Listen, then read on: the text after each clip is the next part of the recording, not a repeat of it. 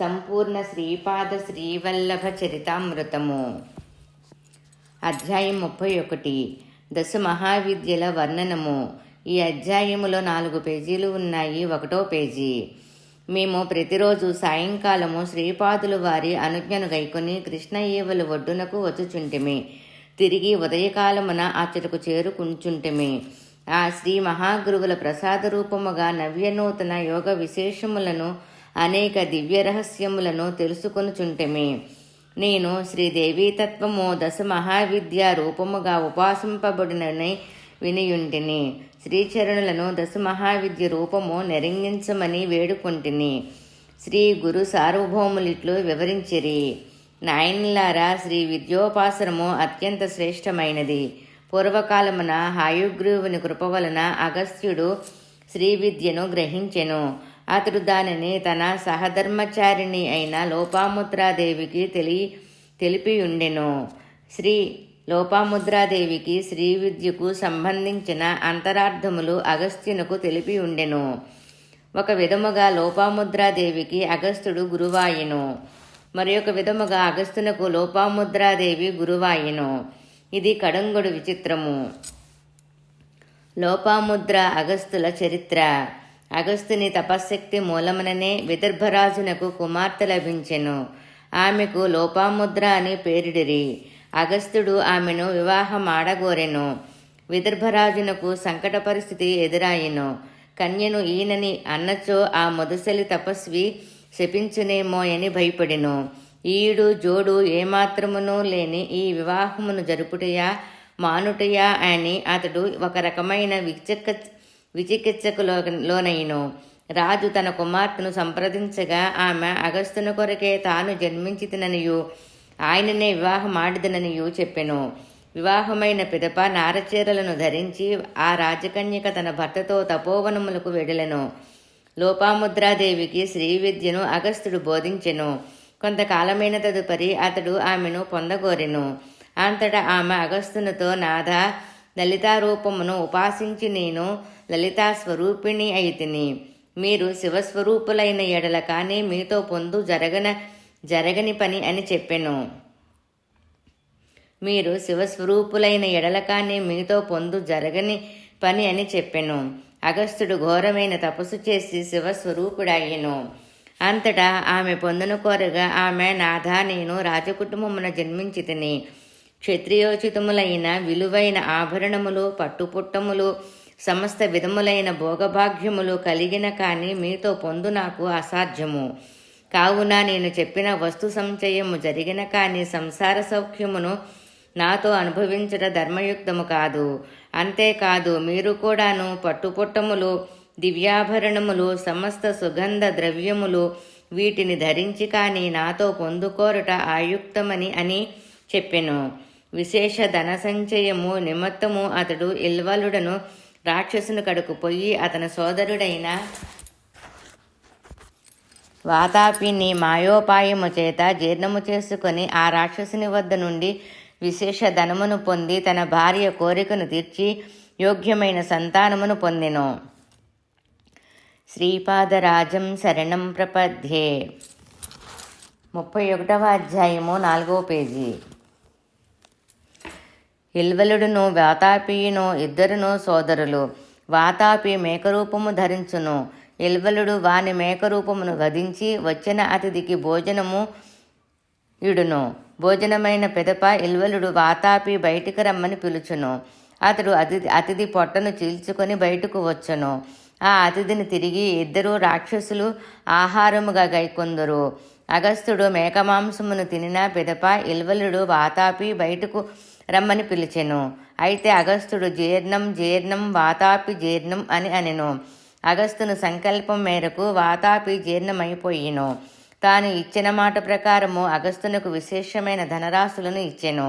లోకులకు వాతాపి ఇల్వలులు బాధ తప్పినది. ఆ అగస్త్యుడు ఒకపరి సప్త సముద్రమునందలి సప్త సముద్రమునందలి నీటిని తన కమండములోనికి ఆకర్షించి త్రాగివేచెను. ఆ అగస్త్య మహర్షియే వింధ్యాచలము గర్వమంచెను. దక్షిణ దేశమున నేటికిని మహాసిద్ధ రూపమున ఉన్నాడు. అతడే 6వ భాషను కనుగొనెను. అనేక చోట్ల ఆలయములు నిర్మించెను. నేను కల్కీ భగవానుని అవతారమునకు వచ్చినప్పుడు పరశురాముని వలనే అగస్త్యుడు కూడా ఒక గురువుగా ఉండును. దేవి దశ మహావిద్యలు. దశ మహావిద్యలలో ప్రథమ రూపము కాళీ, మహాకాళి, సమస్త విద్యలకు ఆది. ఆమె యొక్క విద్యామయ విభూతులనే మహావిద్యలందరూ.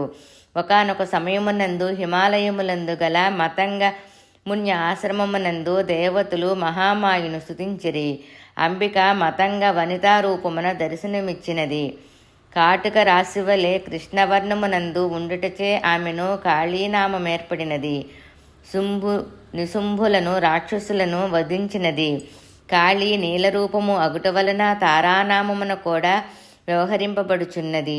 అనేక సంవత్సరముల కాలమునకు కానీ ఫలించని యోగమార్గ సాధన కొద్ది రోజులలోనే మాసములలోనే సాధింపవలనన్న కాళీ ఉపాసన చేయుదురు. అయితే సాధనా కాలములో కాళీ శక్తిని తమ శరీరములోనికి ఆకర్షించుకొనున్నప్పుడు యోగి దుర్భరమైన అగ్ని సదృశ్యమైన మంటలను బాధలను అనుభవింపవలసి ఉండును. దశ మహావిద్యల్లో రెండవ రూపము తార. ఈమె సర్వదా మోక్షమును ప్రసాదించున్నది, తరింపచేయునది. కావున తారానామమున విఖ్యాతమైనది. ఈమెను నీల సరస్వతీ నామమును కూడా పిలిచెదరు. భయంకరమైన విపత్తుల నుండి ఈమె భక్తులను రక్షించున్నది. కావున ఈమెను ఉగ్రతారారూపమున కూడా యోగులు ఆరాధించెదరు. వశిష్ఠ మహర్షి గొప్ప తారా ఉపాసకుడు. చైత్రశుద్ధ నవమి రాత్రిని తారారాత్రి అని పిలిచెదరు. దశ మహావిద్యలలో మూడవ రూపము చిన్నమస్త. ఇది అత్యంత గోపనీయమైనది. దేవి ఒకానొక పర్యాయము తన సకురాండ్రైన జయ విజయులతో మందాకిని నదికి స్నానార్థము వెడలినది. స్నానము చేసిన తదుపరి ఆమె క్షుద్రాగ్ని పీడితి అయి కృష్ణవర్ణ అయినది. ఆమె సకురాండ్రు ఆమెను భోజన విషయమై అడిగిరి. శ్రీపాదరాజం శరణం ప్రపద్యే. అధ్యాయము 31, 3వ పేజీ. కృష్ణ మయూరాలైన దేవి ఖడ్గముతో తన శిరస్సును ఖండించుకొనగా ఖండిత శిరస్సు ఆమె వామహస్తమున పడినది.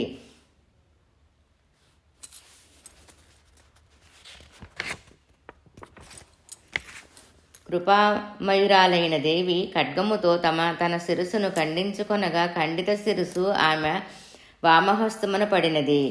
ఆమె కబంధం నుండి 3 రక్తధారలు ప్రవహించినవి. 2 రక్తధారలను ఆమె సకురాండ్రు పానము చేయగా 3వ రక్తధారను స్వయముగా దేవియే పానము చేసినది. ఆ రోజు నుండి ఆమె చిన్నమస్త నామమున విఖ్యాతమైనది. హిరణ్య కశ్యపాదులు ఈ చిన్నమస్తాదేవి ఉపాసకులే. దశ మహావిద్యలలో 4వ రూపము షోడశి మహేశ్వరి. ఈమె హృదయం దయాప్రపూర్ణం. ఈ తల్లిని ఆశ్రయించిన వారికి జ్ఞానమనున్నది కరతలామలకము. విశ్వములోని మంత్రతంత్రాదులన్నీ ఈ మహావిద్య శక్తినే ఆరాధిస్తాయి. ఈమెను వేదములు కూడా వర్ణింపజాలవు.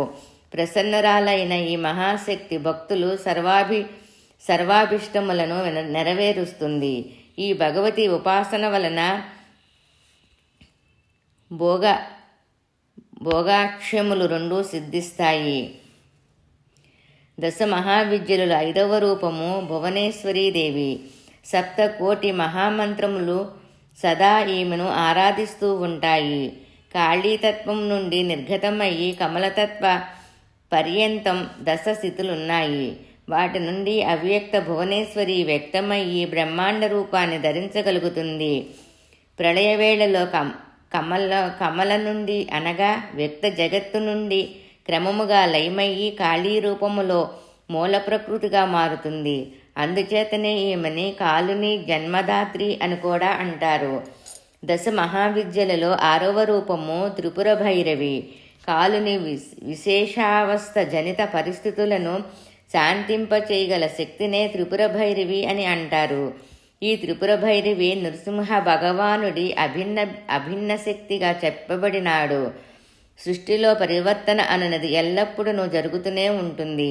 దీనికి ఆకర్షణ వికర్షణ అనునవే మూల కారణము. ఇది అనుక్షణము జరిగే ప్రక్రియే.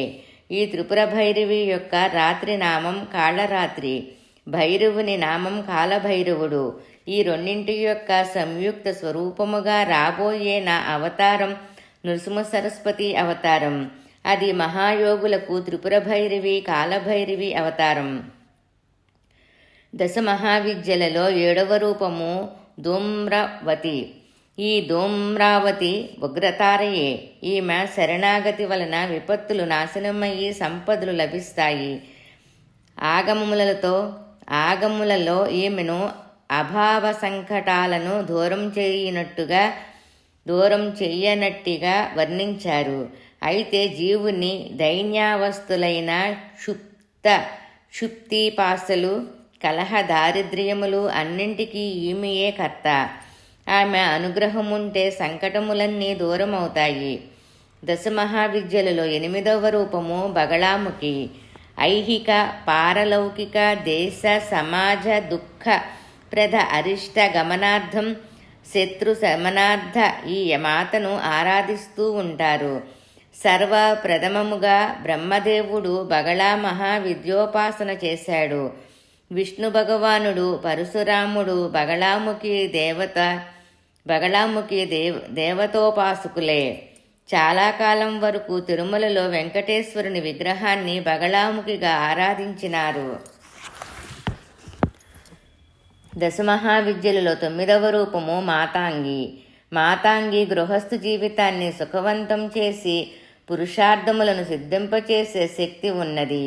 ఈమెను మాతాంగ మహాముని కుమార్తెగా కూడా పిలుస్తారు. దశమహావిద్యలలో 10వ రూపము కమలాలయ. ఈమె సమృద్ధికి ప్రతీక. భార్గవుల చేత పూజింపబడుట వలన ఈమెకు భార్గవి అని పేరు వచ్చింది. ఈమె కృప వల్ల పృథ్వీపతిత్వము పురుషోత్తమత్వము రెండూ లభిస్తాయి. ఈమె విశేషమైన వస్తు సమృద్ధికి ప్రతీక. ఈమెను పద్మావతీదేవి అని కూడా పిలుస్తారు. తిరుమలలో నెలకొన్న శ్రీ వెంకటేశ్వర మహాప్రభువు దేవేరి ఈమె. నాయనులారా మీరు దశమహావిద్య స్వరూపమును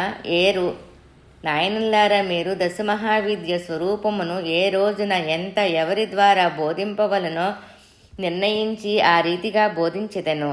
దశమహావిద్య స్వరూపిణి అయిన అనఘాదేవిని, ఆ అనఘాదేవికి ప్రభువైన అనుగుని అర్చించువారికి వారి బిడ్డలైన అష్టసిద్ధులను తమ అనుగ్రహమును ప్రసాదించును. మీరు ప్రతి మాసమునందును బహుళాష్టమి యందు అనగాష్టమిని చెయ్యుడు.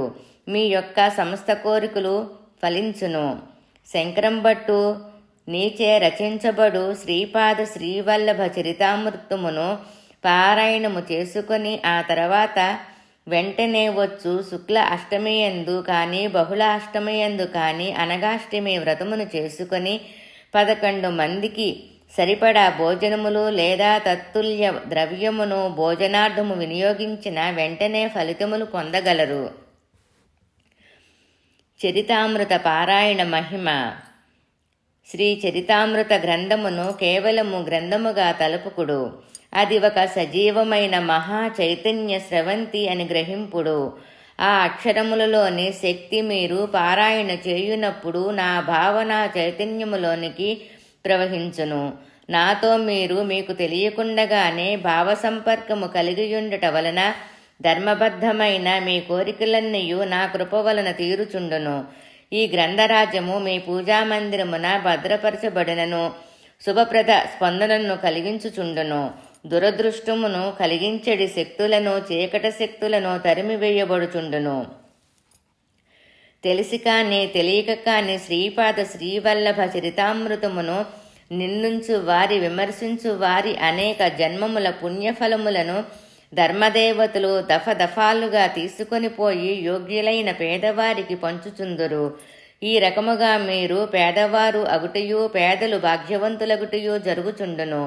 ఇది అక్షర సత్య గ్రంథమని ప్రమాణము చేసి చెప్పుబడును. ఇది అక్షర సత్య గ్రంథమని ప్రమాణము చేసి చెప్పబడినది. ఇది స్వతహా ప్రమాణము. దీనిని నిందించువారు విమర్శించువారును తమ పుణ్యరాశిని దఫదఫాలుగా పోగొట్టుకొని కడకు దరిద్రులగుదురు. దరిద్రబాధ నివృత్త్యర్థమయ్యి ఈ గ్రంథమును శ్రద్ధాభక్తులతో పఠింపుడు. దరిద్రబాధ నివృత్త్యర్థమయ్యి ఈ గ్రంథమును శ్రద్ధాభక్తులతో పఠింపుడు. శ్రీపాద శ్రీవల్లభులకు జయము జయము. 31వ అధ్యాయము సమాప్తం.